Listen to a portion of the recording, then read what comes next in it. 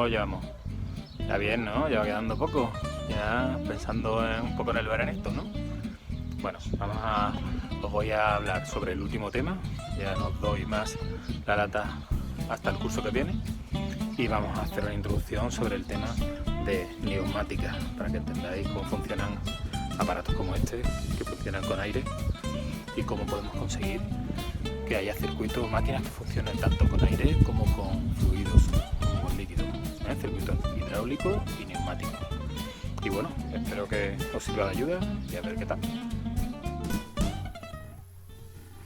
Vamos a introducirnos en el mundo de la neumática y la hidráulica, que ya iréis viendo a lo largo del tema, que es un mundo que nos rodea, que está por todos sitios en nuestras vidas y que en muchos sitios se utiliza tanto hidráulica como neumática, además en el día a día. Veremos algunos ejemplos y seguro que os sorprenderá algunas de las cosas que veamos en este tema. Sí deciros que este es un tema solamente de introducción, entonces vienen muchos conceptos teóricos, con fórmulas y con problemas que no vamos a ver este año. Solamente vamos a ver los conceptos más básicos. Empezamos viendo lo que es la neumática. Seguro que alguna vez habéis llenado la rueda de una bici o un balón, o incluso habéis visto cómo se llenan las ruedas de un coche o lo habéis llenado vosotros. También que habréis montado en algún autobús en el que se abren y se cierran las puertas, y se hacen como unos pequeños ruidos de descarga algunas veces, como si se escapara aire al abrir o cerrar las puertas. Esos son sistemas en los que se utiliza lo que se llama aire comprimido. ¿Vale? Todas estas máquinas que nos menciona el libro, todos estos ejemplos son ejemplos donde se utiliza aire para ejercer un trabajo, para ejercer una fuerza. Bueno, pues a todo eso se le llama o se le conoce como neumática. Neumática es la tecnología que utiliza la energía que contiene el aire cuando se comprime, ¿no? Cuando se somete a una cierta presión. Después se libera ese aire y se consigue que haga un trabajo. Aquí veis un ejemplo de quitando los tornillos de la rueda de un coche utilizando una pistola neumática. Es como un atornillador, pero en vez de funcionar con electricidad, funciona con aire comprimido. Tiene un tubo en el que le llega aire y hace que gire. Bueno, para entender bien cómo funciona la neumática, vamos a ver primero algunos conceptos básicos. La primera es que son los fluidos. Algunas de las cosas que vamos a ver en este tema se supone que lo habréis tratado ya en años anteriores en física o en ciencias naturales o en las asignaturas de cursos anteriores que han trabajado con este tipo de materia, principalmente física. Primero vemos lo que son los fluidos, que son los que vamos a ver en este tema, tanto neumática como hidráulica. Los fluidos son materiales que se adaptan al recipiente que los contiene, ya sean líquidos o gaseosos. En esta primera parte vamos a ver lo que son los gaseosos, más concretamente el aire. ¿Vale? El primer concepto, el primer parámetro que tenemos que entender, tanto para líquidos como gaseosos, tanto para neumático como para hidráulica, es que es la presión. ¿La presión qué es? Bueno, pues la presión es la relación que existe entre la fuerza que nosotros hacemos sobre el líquido o el gas y la superficie que lo soporta. ¿Vale? Aquí veis una fórmula, ya digo que la fórmula no hace falta que os la sepáis, solamente los conceptos. Entonces, en los líquidos y en los gases, esa presión es importante porque es la que me va a decir qué fuerza va a tener ese líquido o ese gas, en nuestro caso el aire en esta parte, para hacer después un trabajo o hacer una función. Sí, deciros que la presión se mide en pascales, ¿vale? Que también es newton partido por metro cuadrado. Pues el pascal es una unidad pequeña, así que se suelen utilizar sus múltiplos. También hay otra unidad que se utiliza bastante, que es el bar o las atmósferas de presión, que ahora veremos exactamente qué significa una atmósfera de presión. ¿Vale? Aquí veis un ejemplo de cómo se mide la presión atmosférica. Este concepto deberíais saberlo de años anteriores, pero bueno, os lo explico. ¿La presión atmosférica qué es? Pues la presión atmosférica hemos dicho que si la presión era la fuerza que se ejerce sobre una superficie, pues la presión atmosférica, como su nombre indica, es la presión que ejerce la atmósfera sobre una superficie. ¿Eso qué significa? Que si nosotros estamos a nivel del mar, encima de nuestras cabezas, hasta el final de la atmósfera hay una cantidad de aire, que aunque el aire creamos que pesa poco o que no pesa, tiene un peso, más cuando acumulamos una distancia o una cantidad importante. Entonces la presión atmosférica es la fuerza que está haciendo el aire que tenemos sobre nuestras cabezas hasta el final de la atmósfera. ¿vale? La fuerza que está haciendo sobre nosotros. Se inventó un aparato para medir eso, que es un aparato que funciona con mercurio.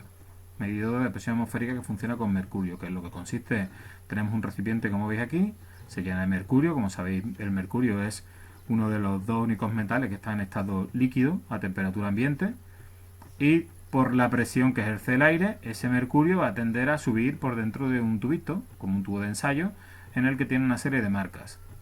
Entonces la presión atmosférica se mide según cuánto va a subir el mercurio dentro de estas marcas.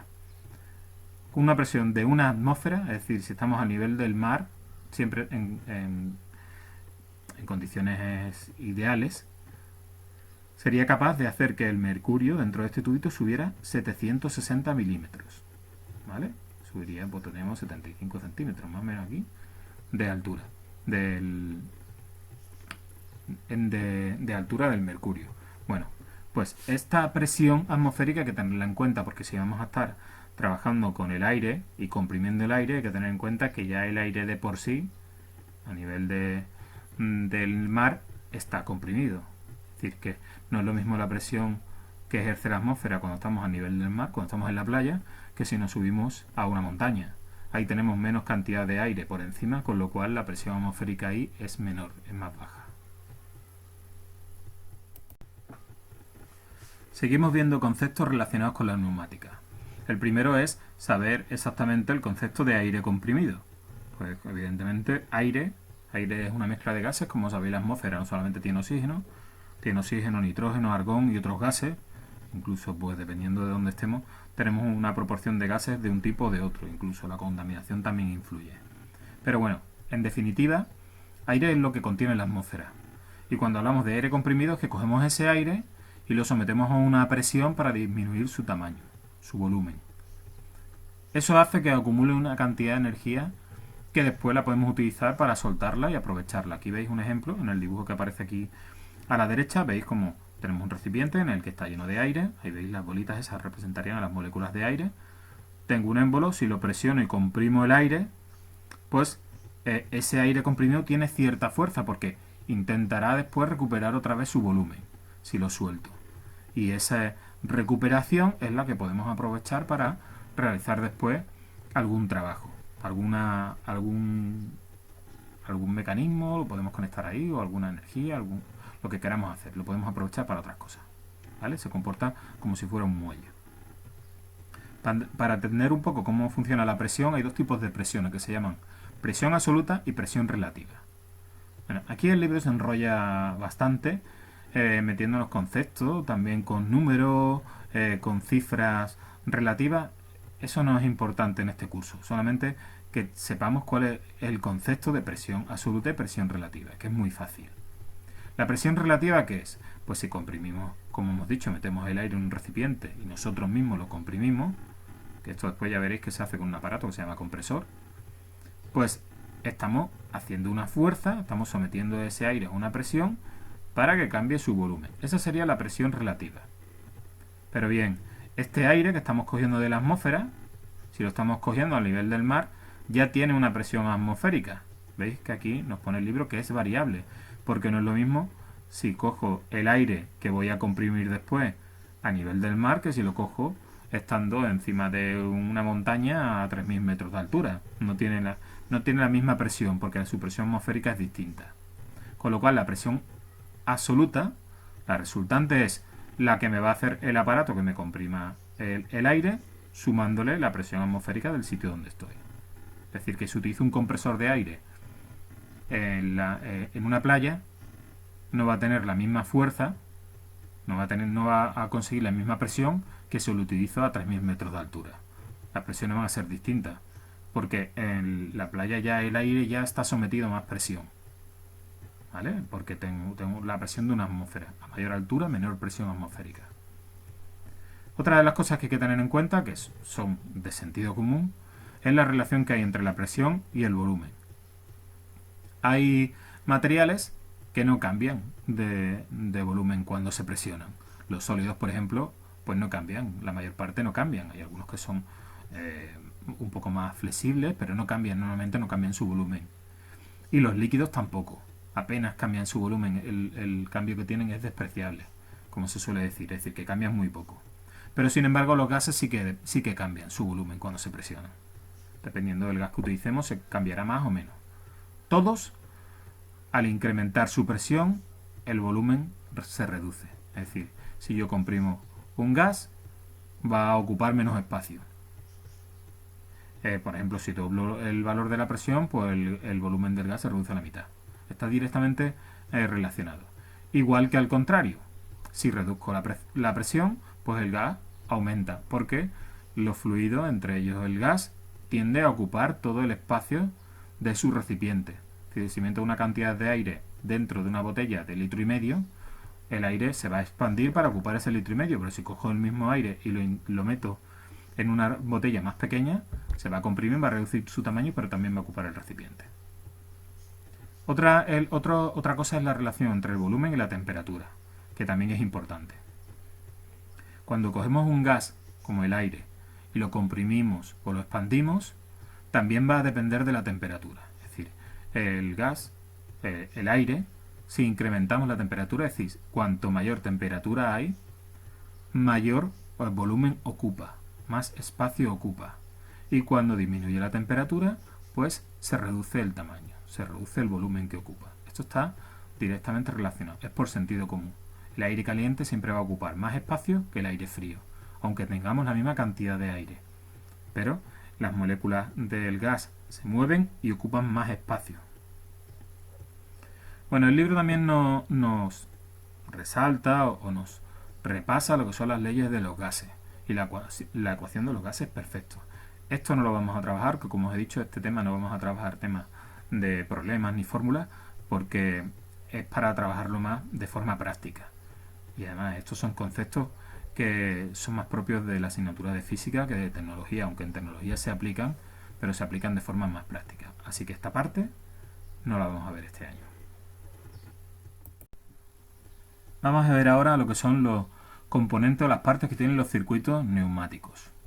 Bueno, esto es parecido a los circuitos eléctricos que hemos tratado otros años, porque tiene más o menos las mismas partes. Tenemos un generador, en el caso de los circuitos eléctricos, un generador de electricidad, como puede ser una pila, un enchufe, un alternador, una dinamo. Y aquí tenemos un generador de aire comprimido. ¿Un generador de aire comprimido qué es?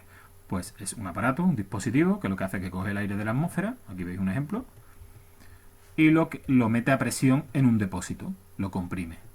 ¿Veis? Todos los compresores, esto es un ejemplo de un compresor, son fáciles de distinguir porque tiene una parte que es la parte donde está el motor, que el motor es el que coge el aire, y después tiene un depósito, que es de distintos tamaños dependiendo del compresor, donde va almacenando el aire a presión. Después tenemos tuberías y conductos, que son los tubos por donde va a circular después el aire comprimido que hemos metido aquí. ¿Vale? Las tuberías por donde va a salir el aire haciendo ya su fuerza, ¿no? Donde lo vamos a utilizar. Actuadores, que son los cilindros, los motores, o lo que van a coger este aire y van a hacer algo. Por ejemplo, el destornillador neumático que veíamos al principio, el que aparece en el primer punto, este de aquí, sería un actuador. Aquí veis, aquí abajo le llega un tubo del compresor y el aire al entrar aquí hace que se mueva un motor neumático y se mueve el destornillador y hace que se puedan aflojar o apretar tornillos o tuercas. ¿Vale? Esa sería la parte de los actuadores. Y después tenemos los elementos de maniobra y control, o los elementos de control, como ya hemos visto en los circuitos eléctricos, que son los que van a distribuir el aire comprimido en un sitio en otro, lo van a abrir, lo van a cerrar, son válvulas que van a dirigir todo el paso del aire de un sitio a otro. Bueno, los compresores, los aparatos como este, los hay de muchos tipos. Los compresores, según la forma en la que trabajan, se pueden clasificar en alternativos o rotativos. Ahora veremos algunos ejemplos. Y según el método que emplean para incrementar la presión, es decir, para conseguir que el aire ejerza más presión, son los volumétricos o centrífugos. ¿Vale? Son distintas formas de clasificarlos según cómo funcionan. También tiene sus símbolos. Vamos a ver primero lo que son los compresores alternativos. Compresores alternativos funcionan un poco como los motores de 4 tiempos que hemos visto en tecnología cuando vimos los mecanismos, cuando hemos visto los motores de combustión. Lo que hacen es que tienen un émbolo como el de una jeringuilla, lo veis aquí. Hay un motor que está dándole vuelta a esta parte de aquí, que es el cigüeñal, donde está conectada las bielas, y el émbolo lo que va a ir haciendo es que cuando el motor está funcionando, porque los compresores necesitan un motor para poder funcionar, aquí veis un ejemplo, el émbolo está subiendo y bajando. ¿Y qué hace? Pues cuando baja absorbe el aire de fuera, lo veis aquí, tiene unas válvulas que se van a abrir o cerrar dependiendo de lo que esté haciendo, absorbe el aire, entra dentro de este espacio de la cámara.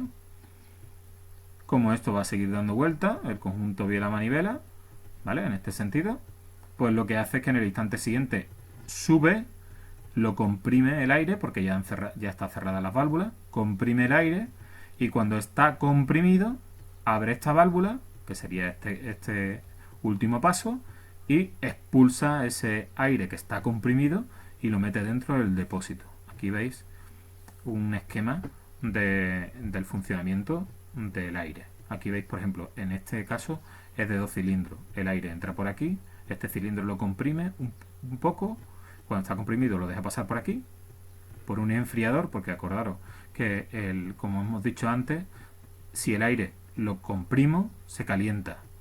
Entonces necesito enfriarlo. Era algo parecido a lo que vimos en el tema de instalaciones de la vivienda cuando veíamos cómo funcionaba el aire acondicionado. Cuando yo comprimía el aire, el gas, en el caso de los sistemas de aire acondicionado, se calentaban, entonces era necesario enfriarlo.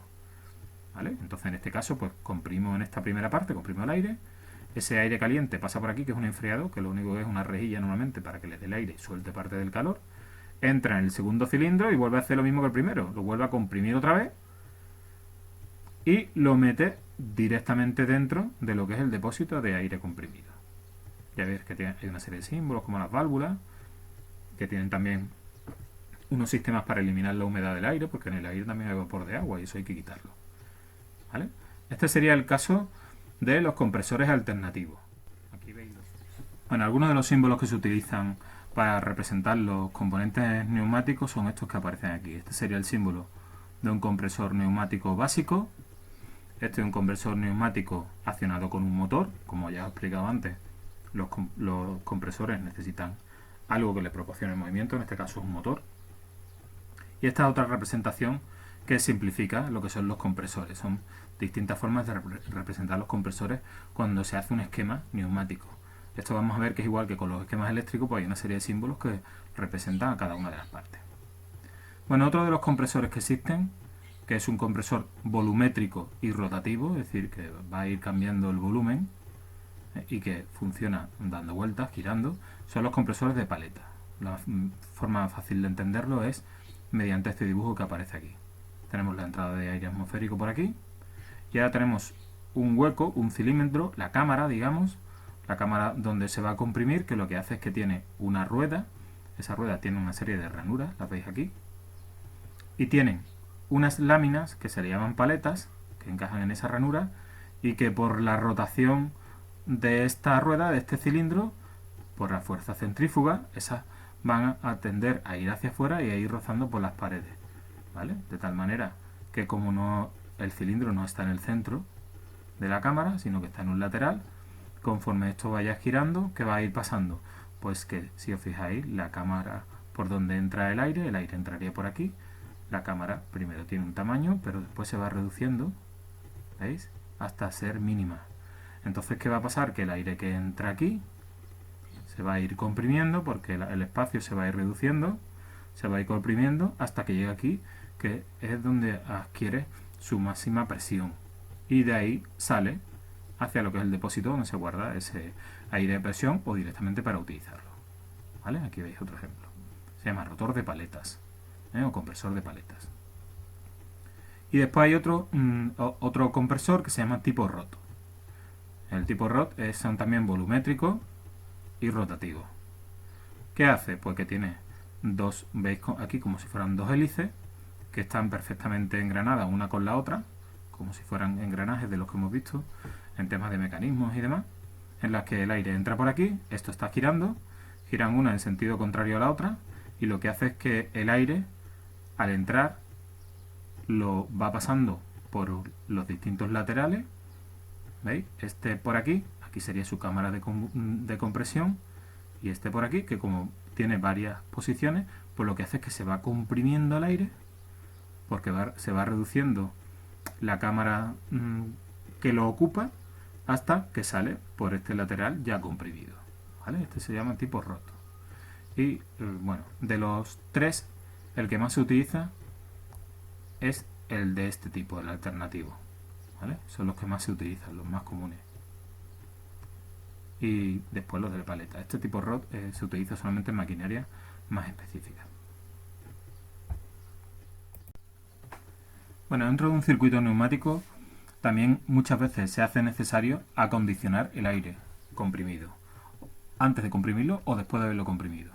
¿Por qué? Pues porque el aire lo cogemos directamente de la atmósfera y entonces puede tener exceso de polvo, suciedad, puede tener incluso mucho vapor de agua, dependiendo de la época del año donde nos encontremos. Muchas veces en el aire tiene una proporción de humedad bastante alta.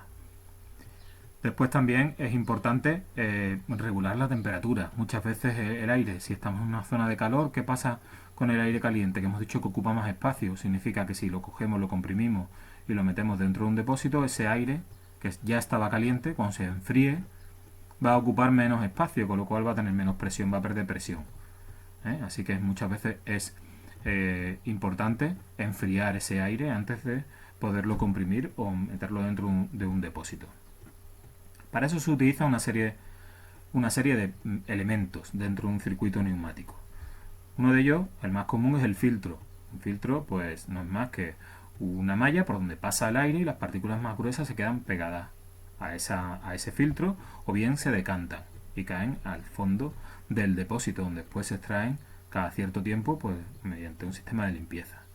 ¿Vale? El filtro lo que hace es quitar las partículas que tengan suspensión en el aire para evitar que obstruyan partes del sistema neumático. Después tenemos algunas veces nos podemos encontrar con que es necesario lubricar, ya que dentro de un sistema neumático tenemos piezas que se mueven, y esas piezas que se mueven, que normalmente son metálicas, pues a veces es necesario lubricarlas, echarle un poco de aceite para que se puedan mover y que el roce de esas piezas metálicas no acabe dañándoles. ¿Eso cómo se hace? Pues eso se hace utilizando o aprovechando lo que se llama el efecto Venturi.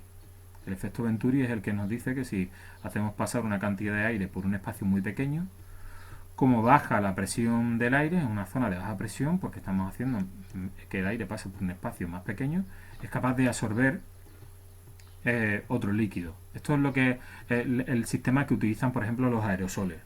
Los aerosoles tienen dentro un gas comprimido que al salir fuera van arrastrando un líquido. Es algo parecido a cómo funcionan. En este caso, pues arrastrarían aceite para lubricar el aire. Es muy poca cantidad de aceite que se quedaría en suspensión con el aire y que por donde va pasando este aire comprimido, pues va lubricando todos los sitios por donde va circulando. Aquí veis un ejemplo de un filtro y de un lubricador.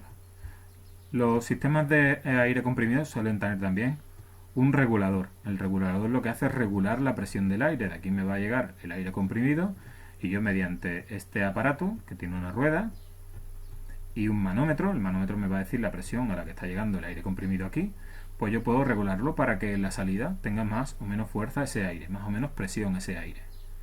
¿Vale? Y el regulador de presión, ¿cómo funciona? Bueno, aquí veis un poco el esquema, este se entiende muy bien cómo funcionan las tres partes. La primera, que es el filtro, el aire entraría por aquí, el aire ya viene comprimido, entraría por aquí, circularía a través de esta malla, que es donde se quedan las partículas que pueden obstruir el aire, incluso también se puede condensar la humedad, y caen hacia la parte baja del filtro. ¿Veis? En este caso, estos filtros son transparentes para cuando se detecta que tiene cierta humedad ya condensada o tiene cierta suciedad, pues se quitan y se limpian. ¿Vale? El aire, una vez limpio, pasaría por aquí y este es el regulador de presión. El regulador de presión no es más que una válvula que tiene un muelle y que yo mediante un tornillo que tengo aquí abajo voy a regular que tenga más fuerza o menos fuerza este muelle para hacer que el aire pase con más presión por aquí o menos presión. Si no tiene suficiente presión, pues no sería capaz de vencer el muelle y no pasaría. ¿Vale? Cortaría hasta que el compresor consiga llegar a esa presión para que pueda pasar. ¿Vale? Normalmente se hace también mirando bien el manómetro. El manómetro, que es el que nos va a decir la presión que llega. Y por último teníamos el lubricador. Tenemos un depósito en el que hay aceite y al pasar el aire por un espacio más estrecho, como está conectado con un tubo con el aceite, arrastraría el aceite e iría lubricando el aire. Esas son las tres partes del acondicionador del aire. Por último, este aire que sale de aquí lo llevaríamos a un depósito donde se almacena. ¿Por qué se almacena en un depósito? Para que el compresor no tenga que estar funcionando continuamente. El compresor lo que hace es que funciona, mete el aire dentro del depósito. Cuando el depósito ya ha adquirido un gran volumen de aire a cierta presión, pues corta para el compresor y ese aire se mantiene ahí hasta que lo quiera utilizar. ¿Vale? Para ello tienen un aparato que se llama presostato, que es como un medidor que mide la cantidad de presión que hay en el depósito. Cuando detecta que la presión ha bajado mucho, pues lo que hace es que pone en marcha el motor para que vuelva a entrar otra vez aire en el depósito hasta que se llene otra vez de aire comprimido. ¿Vale? Aquí veis algunos símbolos. Los símbolos son importantes porque os lo preguntaré en el examen, así que echadle cuenta a los símbolos. Aquí tenemos un regulador de presión, que es este, pero con su símbolo. Un regulador de presión con manómetro, que ya hemos dicho que el manómetro es este instrumento que está aquí, y el símbolo de un depósito que, como veis, es bastante simple. Todo lo que es este sistema de aquí, el sistema acondicionador de aire, se puede resumir con este símbolo. ¿Vale? Aquí veis estas son las distintas partes y este sería el símbolo final, porque al principio del todo tenemos los símbolos tanto del filtro con decantador manual, el filtro con el depósito, el que hemos visto abajo, ¿vale? Un enfriador. El enfriador es un sistema que se utiliza para enfriar el aire antes de que entre en el depósito, antes de que se comprima, que normalmente es como un pequeño radiador. O un lubricador, este es el símbolo del lubricador, ¿vale? Del lubricador que hemos dicho que es este de aquí, ¿vale? Pues no dejéis de prestarle atención a los símbolos que son importantes. Otro de los componentes importantes que tienen los circuitos neumáticos son los cilindros, que los cilindros son los actuadores, ¿vale? Uno de los actuadores que se pueden utilizar para hacer que ese aire nos sirva para algo, para alguna función, ¿vale? Entonces, en los cilindros los tenemos de muchos tipos, pero los más utilizados son los de un sentido de giro o dos sentidos de giro. Estos son sus símbolos, ¿vale? Un motor de un sentido de giro en el que solamente va a girar, como dice su nombre, en un sentido, en una dirección, y otro que puede funcionar en ambas direcciones, ¿vale? Para que lo entendáis un poco más, vamos a ver un pequeño esquema de cómo funciona un émbolo, ¿vale? El motor estaría compuesto por varios émbolos. Este sería un émbolo, el más simple, en el que tengo una entrada de aire. Cuando entra por aquí el aire, empuja este émbolo hacia atrás, que es el que hace su función. Como tiene un muelle, cuando dejo de meter aire, ¿qué hace? Pues el muelle empuja otra vez el émbolo hacia su posición original, ¿vale? Esa es la función que tiene. Entra el aire, empuja el émbolo. O sea, dejo de presionar con aire, pues el émbolo otra vez recupera y el aire saldría por donde mismo ha entrado. Y este sería su símbolo, ¿vale? Se llama cilindro con vástago. Vástago se refiere a esta barra que aparece aquí. Con vástago extendido, es decir, cuando le he metido aire, con vástago retraído, que es cuando el aire ha salido. Y aquí veis la flechita dependiendo de si está entrando o saliendo aire. Este sería un cilindro simple, de simple efecto, porque nada más que puedo entrar el aire por un lado y nada más que se puede mover en un sentido. El otro es a causa de la fuerza que tiene el muelle. ¿De doble efecto? Pues de doble efecto es este, que es muy simple. Lo único que pasa es que tiene dos entradas. Si yo meto aire por aquí, el émbolo se va a mover para mi derecha, y si meto aire por el otro lado, pues se va a mover para la izquierda. Se puede mover para un lado o para el otro dependiendo por dónde le entre el aire. Aquí veis un dibujo en 3D de uno real. Aquí serían las entradas de aire, este sería el émbolo, entonces se va a ir para adelante o para afuera dependiendo por dónde meto yo el aire. Este sistema es el que se utiliza, por ejemplo, para abrir y cerrar las puertas de un autobús. Cuando el conductor quiere abrir las puertas, selecciona una electroválvula que hace que entre aire comprimido por un lateral de este émbolo. Esto empuja la puerta y se abre. Si la quiero cerrar, pues lo que hago es que meto el aire por el otro lado y se cierra, ¿vale?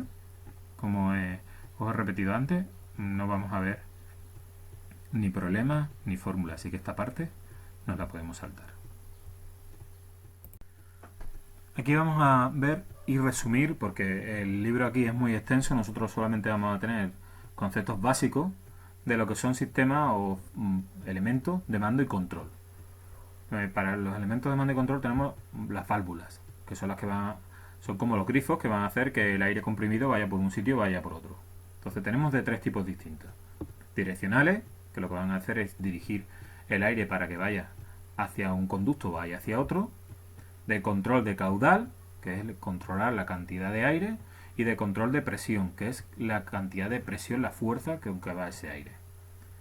Las primeras son las más simples, que son las direccionales. Las direccionales son aquellas que me van a indicar por dónde puede ir el aire. Ya veréis que se utilizan una simbología bastante compleja, lo veis aquí. Estos símbolos no hace falta que os lo sepáis, solamente que sepáis estos dibujos sí, ¿vale? Los dibujos sí, los símbolos no porque son más complejos, pero los dibujos sí, que son bastante sencillos. Aquí vemos dos ejemplos. Una válvula 3-2. ¿Qué significa válvula 3-2? Porque tiene 3 conductos y 2 posiciones. ¿Vale? 3 conductos, veis aquí que tiene un conducto por aquí, otro por aquí y otro por aquí. Y tiene solamente 2 posiciones. En este caso, esta por ejemplo, es de pulsación. Es decir, yo pulso y ¿qué hace este émbolo? Baja, como tiene un muelle. Cuando suelto y dejo de pulsar, subiría otra vez, recuperaría otra vez su forma. ¿Vale? Aquí está en reposo y aquí está activada. Cuando está en reposo, pues el aire está entrando por aquí y sale por aquí. Entra por el número 2 y sale por el 3. Y el 1 quedaría cerrado. Cuando yo pulso, ¿qué hace? Que va el aire desde el 1 hacia el 2. ¿Vale? Va dirigiendo, digamos, el aire comprimido, dependiendo si yo quiero que vaya a un sitio o vaya a otro. Se llama válvula 3-2. ¿Vale? Y esta es 5-2. En vez de tener 3 entradas, tiene 5 entradas, pero sigue teniendo 2 posiciones. En la posición de reposo, que es esta, pues estaría pasando aire del 4 al 5 y del 1 al 2. Y el 3 quedaría cerrado. Y cuando pulso, pues pasaría del 1 al 4 y del 2 al 3. Y podemos preguntar, ¿y esto para qué me sirve a mí? Pues dependiendo de la máquina, va a utilizar un tipo de válvula u otra para dirigir ese aire para que vaya a accionar una parte o vaya a accionar otra. Como os he dicho, los símbolos son bastante complejos. Esto es para trabajarlo más con esquemas. Este año no lo vamos a ver. Todos estos tampoco. ¿Vale? No vamos a entrar en lo que son ese tipo de símbolos. Estos, que son bastante simples, esto lo único que nos dice es estas válvulas que son direccionales, ¿con qué se accionan? Si se accionan con un pulsador. Estos símbolos sí nos hace falta sabérnoslo porque son bastante sencillos. Si no, lo accionamos con un pulsador, es decir, presionando.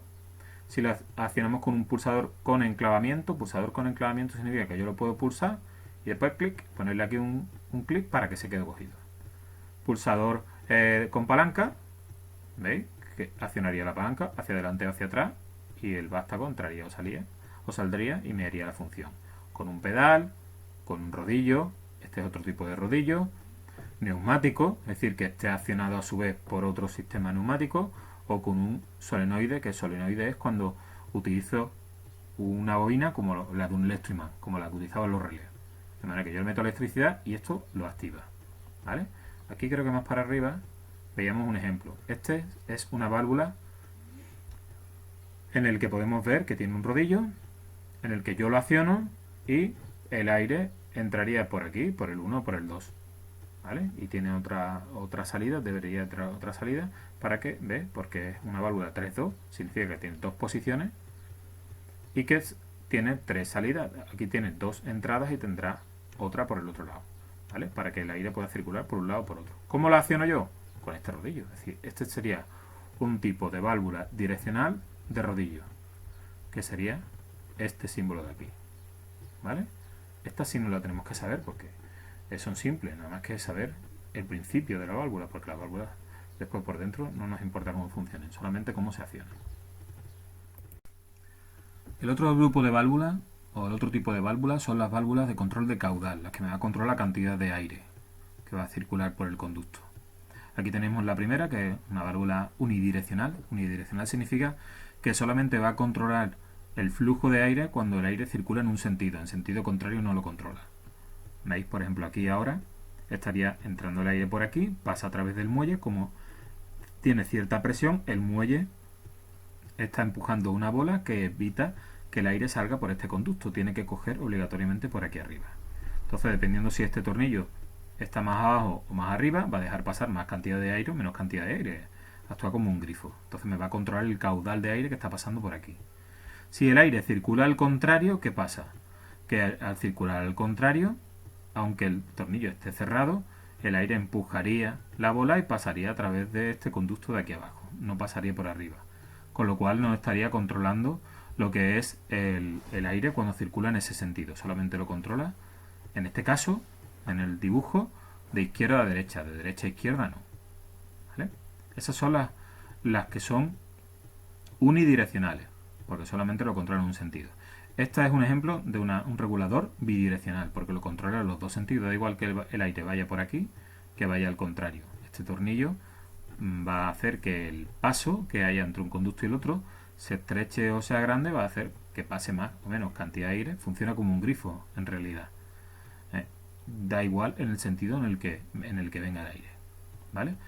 El símbolo, este y este, sí hace falta sabérselo, ¿vale? El de la válvula bidireccional y la de unidireccional.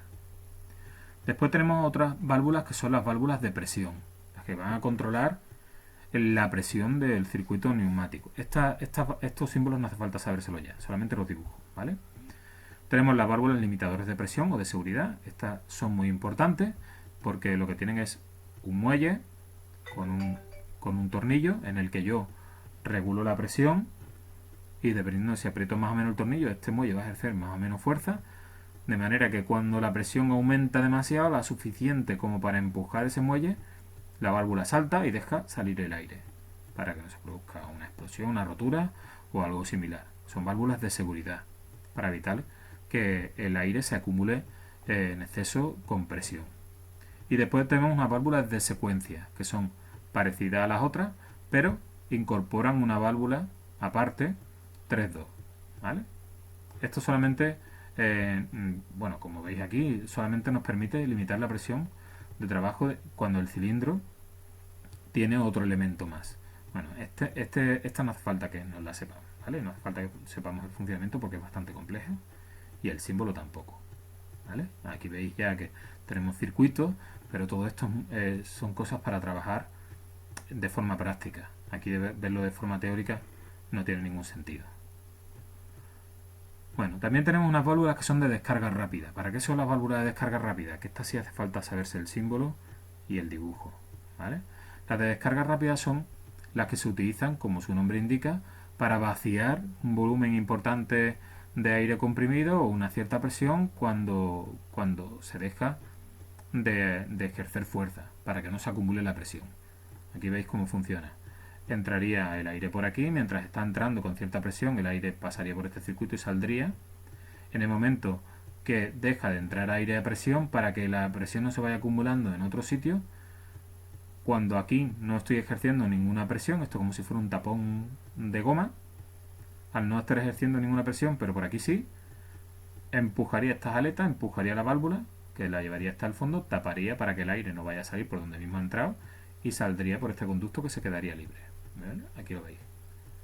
¿Vale? Son válvulas de descarga rápida que nos permiten pues vaciar los sistemas de aire cuando no se está ejerciendo presión. Esto es lo que hace que cuando estamos al lado de un autobús o de un camión algunas veces suena como un escape de aire, ¿vale? Que es un sistema automático que tiene para que cuando se acumula demasiada presión salga ese aire que está demasiado presionado o demasiado comprimido. Y este es su símbolo, es importante sabérselo.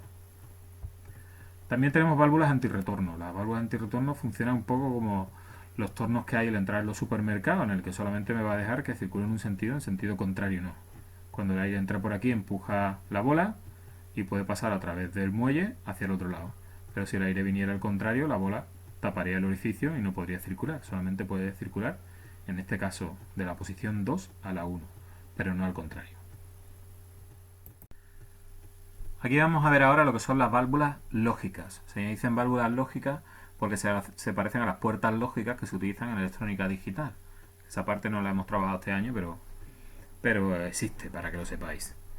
Bueno, la primera es una válvula selectora, como la que veis aquí. Estas se llaman válvula lógica 0 o O. ¿Vale? Su símbolo es este, el símbolo hay que sabérselo. Y la forma en la que funciona es, si entra el aire por aquí, dentro tiene una bola, que de manera que si entra el aire por aquí, pues la presión tapa este conducto y saldría el aire por aquí arriba. Y si entra el aire por el otro lado, pues también saldría el aire por arriba. Es decir, que independientemente por qué lado entre aire, sale por el mismo sitio. Después tenemos válvula lógica I, ¿vale? Que es de este tipo, que es si entra aire por este lado, taparía el conducto, no saldría.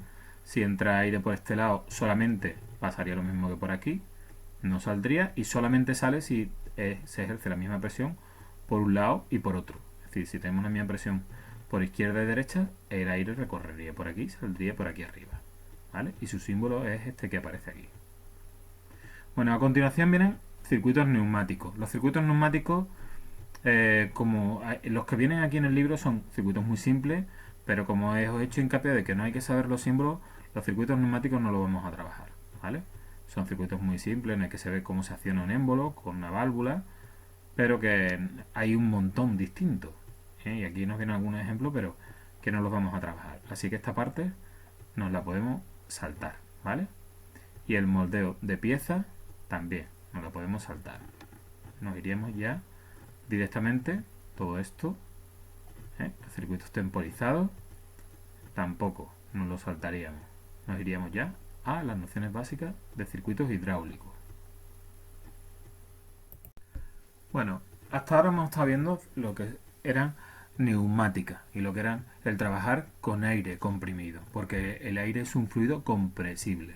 Compresible significa que se puede comprimir, que se puede reducir su volumen. Esos son circuitos de aire comprimido o también conocido como neumática. Bien, también hay otros fluidos que son los líquidos, y los líquidos no pasa igual que con el aire o con los gases. Los líquidos no se pueden comprimir. Entonces, el funcionamiento que tienen es diferente. Utilizan presiones más grandes y su forma de funcionar, aunque es parecida, pero no es exactamente la misma, ya que cuando se utiliza un circuito hidráulico, normalmente los circuitos son cerrados. En los circuitos neumáticos hemos visto que el aire se puede escapar por distintos sitios para aliviar la presión que en un momento dado tenga ese aire o tenga ese circuito. Pero en los circuitos hidráulicos no. En los circuitos hidráulicos existe una cantidad de fluido que es siempre la misma, ¿vale? ¿Cómo funciona? Bueno, aquí vienen una serie de fórmulas, como ya he dicho, no vamos a trabajar con las fórmulas. Como es el líquido, en los fluidos, que normalmente se utiliza un fluido aceitoso o con base sintética, para que también vaya lubricando todas las partes a la misma vez que se está utilizando, pues esto se basa, el funcionamiento de los circuitos hidráulicos se basan en utilizar esa característica que tiene el líquido de que no se puede comprimir para irlo empujando, para ir trasladando la fuerza. ¿Cómo se funciona o cómo funciona o cómo lo hacemos para que cambien la fuerza de un sitio a otro?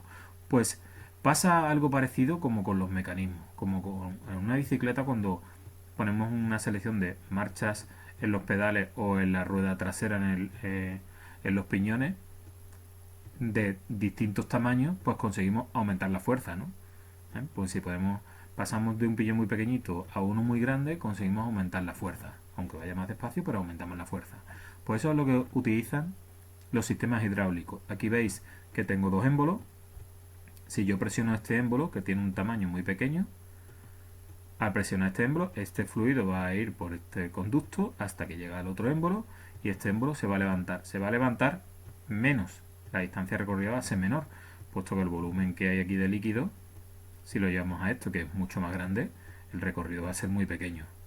Pero se va a levantar con mucho más fuerza. Voy a aumentar la fuerza, ¿vale? Esta fuerza es muy pequeñita y sin embargo esta fuerza es muy grande. Al pasar de un émbolo pequeño a un émbolo grande, la fuerza aumenta, ¿vale?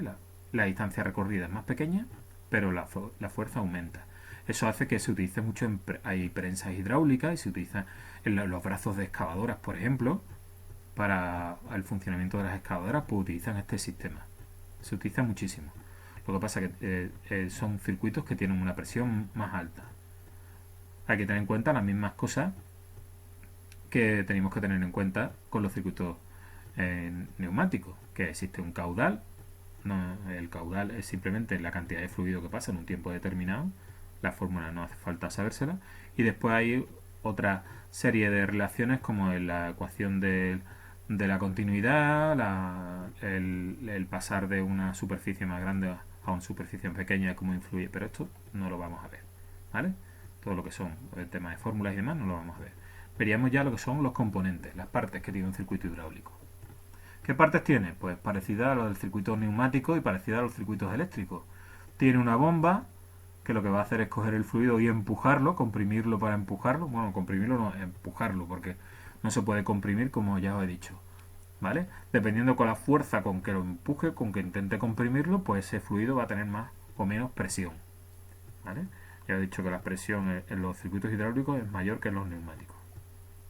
Tenemos canalizaciones, conductos por donde fluye el líquido, un depósito donde se acumula el líquido, actuadores que son los que reciben el líquido y después hacen la función, hacen el trabajo, las válvulas que son las que controlan que vaya el líquido hacia un sitio o a otro, reguladores de presión, es importante para cuando, como las presiones son muy altas, para cuando se detecta que la presión es muy elevada, pues corte y controle todo lo que es el circuito.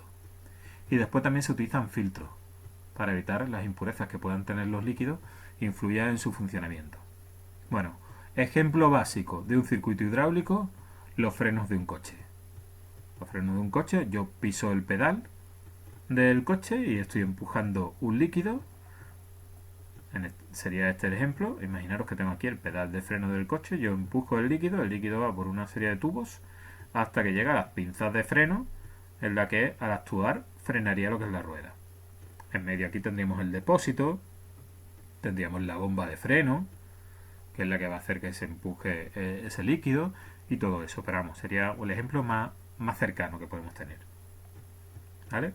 El libro nos pone distintos circuitos, pero como con los neumáticos no le vamos a prestar atención. Y bueno, esto es todo lo que tenemos que saber de circuitos neumáticos e hidráulicos. Lo ideal hubiera sido trabajar todo esto para conocer todos los símbolos, todos los conceptos que hay, pero por el dichoso coronavirus pues no vamos a poder este año. Ya lo trabajaréis vosotros en cursos posteriores al que tenga la asignatura de tecnología, ¿vale? Pero bueno, yo creo que como concepto de introducción a la hidráulica y la neumática nos viene bien. Bueno, espero que os haya servido de ayuda y suerte. Bueno, ¿qué? ¿Ha quedado más claro ya cómo funcionan algunos aparatos como la pistola neumática? Espero que sí. Espero que por lo menos algunos conceptos os hayan quedado un poquito más claros. Me habría gustado trabajar con vosotros todo esto de forma práctica, pero bueno, las cosas han venido así.